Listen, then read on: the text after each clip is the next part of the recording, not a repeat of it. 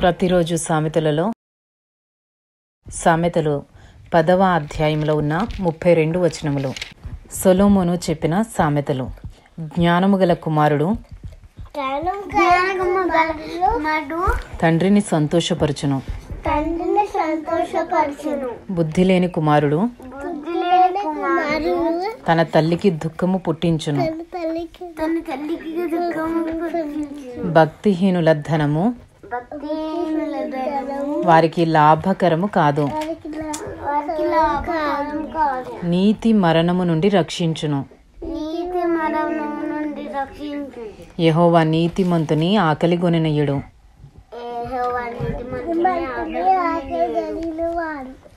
ఆకలిగొననీయుడు. భక్తిహీనుని ఆశను భంగము చేయును. బద్ధకముగా పని చేయువాడు దరిద్రుడగును. శ్రద్ధ గలవాడు ఐశ్వర్యవంతుడగును. వేసవి కాలమున కూర్చువాడు బుద్ధిగల కుమారుడు. కోతకాలమందు నిద్రించువాడు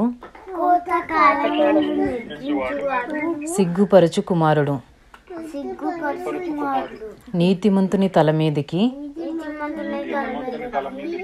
ఆశీర్వాదములు వచ్చును.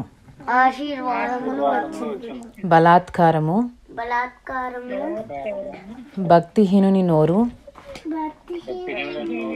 మూసివేయును. నీతిమంతుని జ్ఞాపకము చేసుకొనుట ఆశీర్వాదకరమగును. భక్తిహీనుల పేరు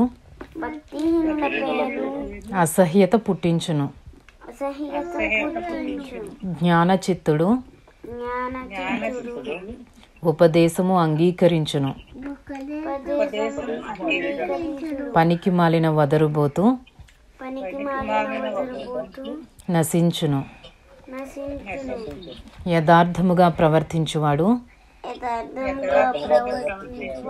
నిర్భయముగా ప్రవర్తించును. కుటిల వర్తనుడు బయలుపడును. కనుసైగ చేయువాడు వ్యర్థ పుట్టించును.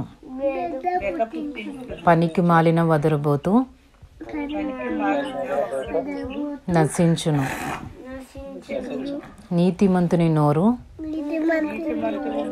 జీవపు ఊట. భక్తిహీనుల నోరు బలాత్కారము మరుగుపరుచును. పగ కలహమును రేపును. ప్రేమ దోషములన్నిటినీ కప్పును. వివేకుని పెదవులయందు జ్ఞానము కనబడును. బుద్ధిహీనుని వీపునకు బెత్తమే తగును. జ్ఞానులు జ్ఞానము సమకూర్చుకొందురు. మూఢుల నోరు అప్పుడే నాశనము చేయును. ధనవంతుని ఆస్తి వానికి ఆశ్రయ పట్టణము. దరిద్రుని పేదరికము వానికి నాశనకరము. నీతిమంతుని కష్టార్జితము జీవదాయకము. భక్తిహీనునికి కలుగు వచ్చుబడి పాపము పుట్టించును. ఉపదేశము అంగీకరించువాడు జీవ మార్గములో ఉన్నాడు. గద్దింపునకి లోబడని వాడు త్రోవ తప్పును. అంతరంగమున పగ ఉంచుకునివాడు అబద్ధికుడు. కొండెము ప్రచురము చేయువాడు బుద్ధిహీనుడు విస్తారమైన మాటలలో దోషముండక మానదు. తన పెదవులను మూసుకునివాడు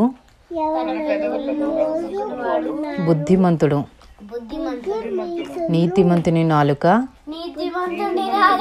ప్రశస్తమైన వెండి వంటిది. భక్తిహీనుల ఆలోచన పనికి మాలినది. నీతిమంతుని పెదవులు అనేకులకు ఉపదేశించును. బుద్ధి లేకపోవుట చేత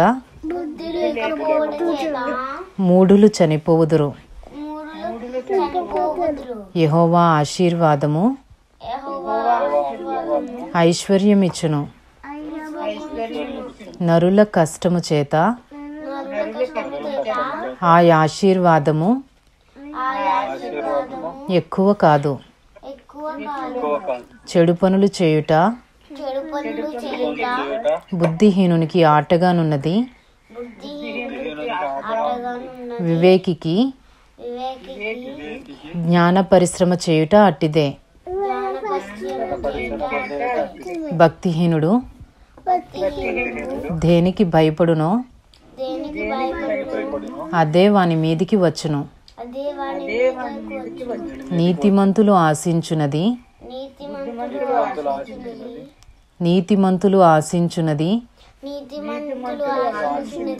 వారికి దొరుకును. సుడిగాలి వీచగా భక్తిహీనుడు లేకపోవును. నీతిమంతుడు నిత్యము నిలుచు కట్టడము వలె ఉన్నాడు. సోమరితనను పనిపెట్టు వారికి పండ్లకు పులుసు వంటివాడు. కండ్లకు పొగ వంటివాడు. యెహోవా యందు భయభక్తులు కలిగి ఉండుట దీర్ఘాయువునకు కారణము. భక్తిహీనుల ఆయుష్ తక్కువైపోవును. నీతిమంతుల ఆశ సంతోషము పుట్టించును. భక్తిహీనుల ఆశ భంగమైపోవును. యథార్థవంతునికి యెహోవా ఏర్పాటు ఆశ్రయదుర్గము. పాపము చేయువారికి అది నాశనకరము. నీతిమంతుడు ఎన్నడూనూ కదిలింపబడడు. భక్తిహీనులు దేశములో నివసింపరు. నీతిమంతుని నోరు జ్ఞానోపదేశమును పలుకును. మూర్ఖపు మాటలు పలుకు నాలుక పెరికివేయబడును. నీతిమంతుని పెదవులు ఉపయుక్తములైన సంగతులు పలుకును. భక్తిహీనుల నోట